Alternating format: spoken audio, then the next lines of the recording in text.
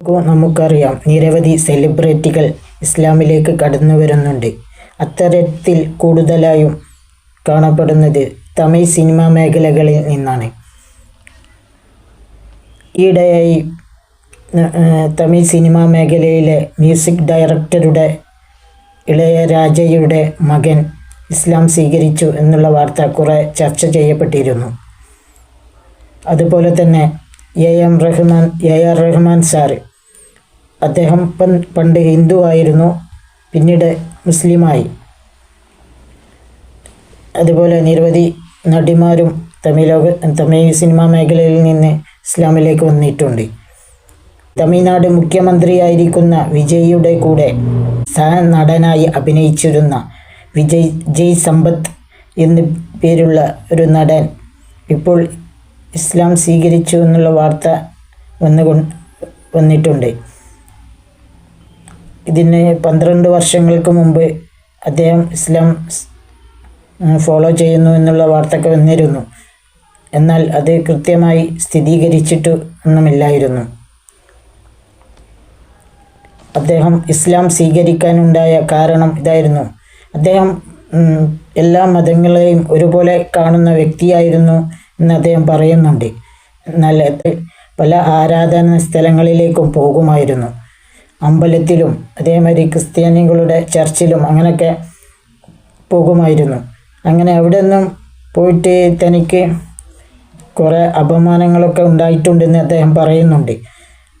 എന്നാൽ അദ്ദേഹം അങ്ങനെ ഇരിക്കുമ്പോഴാണ് ഒരിക്കൽ പള്ളിയിൽ പോകാൻ ഇടയായത്, മുസ്ലിം പള്ളിയിൽ പോകാൻ ഇടയായത്. എല്ലാവരും വരിയിൽ നിന്ന് പ്രാർത്ഥിക്കുന്നുണ്ട്. അവിടെ ചെന്നപ്പോൾ അദ്ദേഹത്തെ ഫോട്ടോ എടുക്കാനോ അദ്ദേഹത്തിന് പ്രത്യേക പരിഗണന നൽകാനോ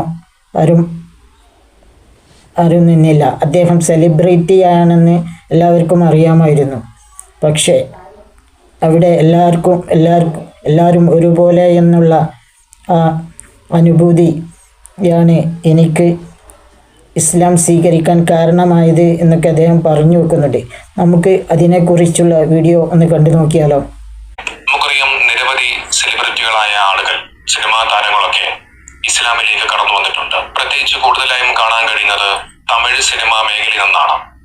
അവിടെ നിന്നും നിരവധി ആളുകൾ ഇത്തരത്തിൽ ഇസ്ലാമിലേക്ക് കടന്നു വരുന്ന ഒരുപാട് വാർത്തകൾ നാം എല്ലാവരും കണ്ടിട്ടുണ്ട്. തമിഴിലെ പ്രശസ്ത ഒരു മ്യൂസിക് ഡയറക്ടറായിട്ടുള്ള ഇളയരാജയുടെ മകൻ യുവൻ ശങ്കർ രാജ, അദ്ദേഹം ഇസ്ലാമിലേക്ക് കടന്നു വന്നു എന്നുള്ള ഒരു വാർത്ത വലിയ രീതിയിലാണ് ചർച്ച ചെയ്യപ്പെട്ടത്. അതോടൊപ്പം നമുക്ക് എല്ലാവർക്കും അറിയാം, AR റഹ്മാൻ എന്ന് പറയുന്ന ലോകമറിയപ്പെടുന്ന വ്യക്തി, അദ്ദേഹം ആദ്യം ഹിന്ദു ആയിരുന്നു, പിന്നീട് ഇസ്ലാമിലേക്ക് കടന്നു വന്നൊരു വ്യക്തിയാണ്. അതോടൊപ്പം തമിഴ് സിനിമാ മേഖലയിൽ നിന്നുകൊണ്ട് തന്നെ നിരവധി സിനിമാ നടിമാരും ഇത്തരത്തിൽ ഇസ്ലാമിലേക്ക് കടന്നു വരികയുണ്ടായി. അത്തരത്തിൽ ആ തമിഴ് സിനിമാ മേഖലയിലുള്ള ജി എന്ന് പറയുന്ന ഒരു നടൻ, അദ്ദേഹം ഇസ്ലാം മതം സ്വീകരിച്ചു എന്നുള്ള വാർത്ത സമൂഹ മാധ്യമങ്ങളിൽ വലിയ രീതിയിൽ ചർച്ച ചെയ്യപ്പെടുന്നുണ്ട്. ഏതാണ്ട് 10-12 വർഷങ്ങൾക്ക് മുമ്പേ തന്നെ ഇദ്ദേഹം ഇസ്ലാമിലേക്ക് കടന്നു വന്നു എന്നുള്ള തരത്തിലൊക്കെ പല അഭ്യൂഹങ്ങളൊക്കെ പരന്നിരുന്നു. പക്ഷെ അതിന് പൂർണ്ണമായിട്ടുള്ള ഒരു തെളിവും അന്ന് പുറത്തു വന്നിരുന്നില്ല. പക്ഷെ എന്നാൽ 2-3 ദിവസങ്ങൾക്ക് മുമ്പ് ഒരു തമിഴ് യൂട്യൂബ് ചാനലിൽ ജി എന്ന് പറയുന്ന തമിഴ് സിനിമാ നടൻ, അദ്ദേഹം ആ വിഷയത്തെക്കുറിച്ച്, താൻ ഇസ്ലാം മതം സ്വീകരിച്ചു എന്നുള്ള വിഷയത്തെക്കുറിച്ച് കുറെ കാര്യങ്ങൾ പറഞ്ഞു വെക്കുന്നുണ്ട്. ആ വീഡിയോ കാണിക്കുന്നതിന് മുമ്പ് ഒരു കാര്യം ഞാൻ പറഞ്ഞു വെക്കാം. നോക്കിയപ്പോ ജി എന്ന് പറയുന്ന ആ സിനിമാ നടൻ, അദ്ദേഹം ഇസ്ലാമിലേക്ക് വന്നാലും വന്നില്ലെങ്കിലും ഇസ്ലാമിൽ യാതൊന്നും സംഭവിക്കാൻ പോകുന്നില്ല. പക്ഷേ ഇസ്ലാമിനെ കുറിച്ച് ചില ആളുകൾ സമൂഹത്തിലൊക്കെ ഒരു തെറ്റിദ്ധാരണ പരത്തിയിട്ടുണ്ട്. ഇസ്ലാമിലേക്ക് ആളുകൾ നിർബന്ധപൂർവ്വം മതം മാറ്റുന്നു എന്നൊക്കെയുള്ള വ്യാജമായ പ്രചരണങ്ങൾ നിരന്തരമായി പല ആളുകളിൽ നിന്നുണ്ടാകാറുണ്ട്. നമുക്കറിയാം, ഏതാനും ദിവസങ്ങൾക്ക് മുമ്പാണ് മലയാളത്തിലെ ഒരു സിനിമാ സംവിധായകൻ, അദ്ദേഹം ഒരു പരാമർശം നടത്തിയത്. ഒരു സിനിമാ നടിയെ മതം മാറ്റാൻ വേണ്ടി ഒരു വ്യക്തി നിർബന്ധിച്ചു അത്രേ. ₹1 കോടി വാഗ്ദാനം ചെയ്തുകൊണ്ട് ആ നടിയെ ഇസ്ലാമിലേക്ക് കൊണ്ടുവരുവാൻ വേണ്ടി അദ്ദേഹം പറഞ്ഞു എന്നുള്ളതാണ് ഈ സിനിമാ സംവിധായകൻ പറഞ്ഞു വെക്കുന്നത്. നമുക്ക് അത്രയും ₹1 കോടി കൊടുത്തുകൊണ്ട് ഒരു വ്യക്തിയെ ഇസ്ലാമിലേക്ക് കൊണ്ടുവരേണ്ട യാതൊരുവിധ ആവശ്യവുമില്ല. അത് പറഞ്ഞു വെക്കുന്നത് വെറും പച്ച നുണയാണ് എന്നുള്ളത്, ഇസ്ലാമിനെ കുറിച്ച് മറ്റുള്ളവരിൽ തെറ്റിദ്ധാരണ ഉണ്ടാക്കാൻ വേണ്ടി പടച്ചുവിടുന്ന പച്ച നുണയാണ് എന്നുള്ളത് ലേശം ബുദ്ധിയും വിവേകവുമുള്ള ഏതൊരു മനുഷ്യനും മനസ്സിലാക്കാൻ സാധിക്കും. ഇതോടൊപ്പം തന്നെ ഇസ്ലാം എന്ന് പറയുന്ന മതവുമായി ബന്ധപ്പെട്ടുകൊണ്ട് വലിയ രീതിയിലുള്ള വ്യാജമായ പ്രചരണങ്ങൾ, ഇസ്ലാം എന്നുള്ളത് ഒരു തീവ്രവാദത്തിന്റെ മതമാണ്, ഇസ്ലാം പഠിപ്പിക്കുന്നത് തീവ്രവാദമാണ് എന്നിങ്ങനെയുള്ള ഒരുപാട് വ്യാജമായ പ്രചരണങ്ങൾ സമൂഹ മാധ്യമങ്ങളിലൂടെ ഈ കാലയളവിൽ നടന്നുകൊണ്ടിരിക്കുന്ന ഒരു സമയത്ത് ജി എന്ന് പറയുന്ന സിനിമാ നടൻ അദ്ദേഹം ഇസ്ലാമിനെ കുറിച്ച് പറയുന്ന വാക്കുകൾ ഒന്ന് കേൾക്കേണ്ടത് തന്നെയാണ്. എന്തായാലും ആ ഒരു ഇന്റർവ്യൂവിൽ അദ്ദേഹം പറയുന്ന വാക്കുകൾ നമുക്കൊന്ന് കേൾക്കാം. இது நீங்க சொன்னது வந்து 2016, பட் நான் வந்து இன்ட்ரெஸ்டா ஃபாலோ பண்ண ஆரம்பிச்சது வந்து 2011. ஓகே, சோ அதுக்கு முன்னாடி ஓகே. அந்த சேஞ்ச் எப்படி வந்தது? அது லைக் ஒரு நிறைய விஷயங்கள். இப்போ சபரிமலை மாலை போட்டிருக்கேன், அப்புறம் ஜீசஸ் க்ரோசரி மாலை போட்டு ஒரு 1 year ஃபாஸ்டிங் இருந்திருக்கு. எல்லாமே எனக்கு எல்லா கடவுளும் ஓகே அப்படின்ற மாதிரி நான் ஃபாலோ பண்ணிட்டு இருந்தேன். பட் ஒரு டைம்ல சில அவமானங்கள்லாம் இருந்தது. கோயில் எல்லாம் வந்து எதிர்பார்க்காத ஒரு சாட்டிஸ்பாக்சன் இல்லாத ஒரு விஷயம்லாம் நடந்தது, நிறைய நடந்துட்டே இருந்தது. ஸோ அதுக்கப்புறம் ஒரு வாட்டி நான் வந்து மஸ்ஜித் போகும்போது எல்லாரும் லைனா நின்று ப்ரே பண்ணாங்க. ஃபர்ஸ்ட் டைம் போற எல்லாரும் ப்ரே பண்றாங்க. எல்லாருக்குமே தெரியுது நான் ஒரு ஆக்டர்னு. யாருமே உள்ள என்கிட்ட பேசல, அந்த உள்ள மஸ்ஜித் உள்ள யாருமே பேசல. எல்லாருமே வெளியில வந்து தான் பேசினாங்க. பேசினாங்க, யாருமே போட்டோ எடுக்கணும்னு சொல்லி கேட்கல. ஸோ எனக்கு என்ன தோணுச்சுன்னா, இங்க ஒரு ஈக்குவாலிட்டி இருக்கும், இங்க எல்லாருமே சமமா பாக்குறாங்களோ அப்படின்றது எனக்கு ஃபர்ஸ்ட் ஸ்ட்ராங்கா பட்டது. பிளஸ் அதுக்குள்ள வந்துட்டா அவங்களுக்கு வெறும் கடவுளை தான் பெருசா நினைக்கிறாங்க, மத்த எவ்வளவு பெரிய செலிபிரிட்டி வந்தாலும் அவங்க பெருசா நினைக்கல அப்படின்ற ஒரு தெரிஞ்சது. நம்ம நினைச்சதை வேண்டதுக்கு, நம்ம நினைச்சதை வேணும் கேட்கறதுக்கு நமக்கு ஒரு ஸ்பேஸ் கொடுக்குறாங்க, நமக்கு ஒரு டைம் கொடுக்குறாங்க. ஸோ நம்ம நினைச்சதை நம்ம ப்ரே பண்றது யாரும் நம்ம பிடிச்சி தள்ளி விட்டு கிளம்புங்க அப்படின்னு சொல்லாம நம்ம எவ்வளவு நேரம் ப்ரே பண்றோம். இது எல்லாமே இங்க இருக்கும் போது இது நல்லா இருக்கு, லைக் சூப்பரா இருக்கு, லைக் யோகா மாதிரி இருக்கு அப்படின்றது எனக்கு அந்த டைம்ல ஸ்டார்டிங்ல புரிஞ்சது. அப்புறம் அதை ஃபாலோ பண்ணும் போது என்னோட பர்சனல் கேரக்டரும் எனக்கு வந்து கொஞ்சம் மாற ஆரம்பிச்சது.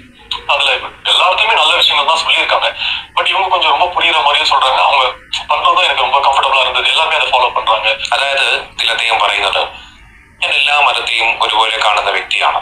അതായത് ഞാൻ ശബരിമലയിലൊക്കെ പോകാറുണ്ട്, ചർച്ചിലുമൊക്കെ പ്രാർത്ഥിക്കാൻ വേണ്ടി പോകാറുണ്ട് എന്നൊക്കെ അദ്ദേഹം കുറെ കാര്യങ്ങൾ പറഞ്ഞു വെക്കുന്നുണ്ട്. പക്ഷെ അത്തരം സന്ദർഭങ്ങളിലെല്ലാം പലപ്പോഴും അദ്ദേഹത്തിന് അപമാനങ്ങൾ ഏറ്റുവാങ്ങേണ്ടി വന്നിട്ടുണ്ട് എന്ന് അദ്ദേഹം തുറന്നു പറയുകയാണ്. മാത്രമല്ല, ഇവിടെ പോയതിൽ നിന്ന് വ്യത്യസ്തമായി തനിക്ക് മറ്റൊരു അനുഭൂതി, സന്തോഷം നിറഞ്ഞ അനുഭൂതി പള്ളികളിൽ, അതായത് മസ്ജിദുകളിൽ പോകുന്ന സമയത്ത് അദ്ദേഹത്തിന് ഉണ്ടായി എന്നുള്ളതാണ് അദ്ദേഹത്തിൽ പറയുന്നത്. മാത്രമല്ല, അദ്ദേഹം പള്ളിയിൽ പ്രാർത്ഥിക്കാൻ പോകുന്ന സമയത്ത് അവിടെയുള്ള ആളുകൾ അദ്ദേഹത്തിനെ ഒരു സെലിബ്രിറ്റിയായി കാണാതെ, ഫോട്ടോ എടുക്കാൻ കൂട്ടുമായി തിക്കും തിരക്കും കൂട്ടാതെ ഒരു സാധാരണ ഒരു മനുഷ്യനെ പോലെ കണ്ടു എന്നാണ് അദ്ദേഹം പറയുന്നത്. അതിലൂടെ മനോഹരമായ ഒരു ഈക്വാലിറ്റി, ഒരു തുല്യത അദ്ദേഹത്തിന് അവിടെ കാണാൻ സാധിച്ചു, അത് അനുഭവിക്കാൻ സാധിച്ചു എന്ന് അദ്ദേഹം പറഞ്ഞു വെക്കുന്നുണ്ട്. ഇത് ഏറ്റവും മനോഹരമായി കാണാൻ സാധിക്കുന്നത് മമ്മൂട്ടി എന്ന് പറയുന്ന സിനിമാ നടൻ അദ്ദേഹം പള്ളിയിൽ നിസ്കരിക്കാൻ വരുന്ന സമയത്തുണ്ടാകുന്ന ചില കാഴ്ചകളാണ്. നിങ്ങൾക്കറിയാം, മമ്മൂട്ടി എന്ന് പറയുന്ന സിനിമാ നടൻ പള്ളിയിൽ നിസ്കരിക്കാൻ വരുന്ന ഒരുപാട് കാഴ്ചകളുണ്ട്. പക്ഷെ ആ കാഴ്ചകളിലൂടെയും അദ്ദേഹത്തിനോട് ഫോട്ടോ എടുക്കാൻ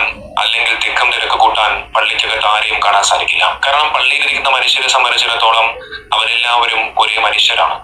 അവിടെ പണക്കാരനെന്നോ പാവപ്പെട്ടവനെന്നോ സെലിബ്രിറ്റി എന്നോ അങ്ങനെ ഒരു വ്യത്യാസവുമില്ല. എല്ലാവരും ഒരേ മനുഷ്യന്മാരാണ്. ദൈവത്തിന് മുന്നിൽ എല്ലാവരും സമമാണ് എന്നുള്ള ആ വലിയ സന്ദേശമാണ് അതിലൂടെ നൽകുന്നത്. ഇപ്പോൾ പുറത്താണെന്നുണ്ടെങ്കിൽ മമ്മൂട്ടിയുടെ അവസ്ഥ എന്ന് പറയുന്നത് മറ്റൊരു തരത്തിലാണ്. അദ്ദേഹത്തിന് പ്രത്യേകമായി ഇരിക്കാനുള്ള ഒരു ഇരിപ്പിടം തയ്യാറാക്കിയിട്ടുണ്ടാകും, ചുറ്റും ബോഡി ഗാർഡ് ഉണ്ടാകും, ഫോട്ടോ എടുക്കാൻ വേണ്ടി ആളുകൾ തിക്കും തിരക്കും കൂട്ടാറുമുണ്ട്.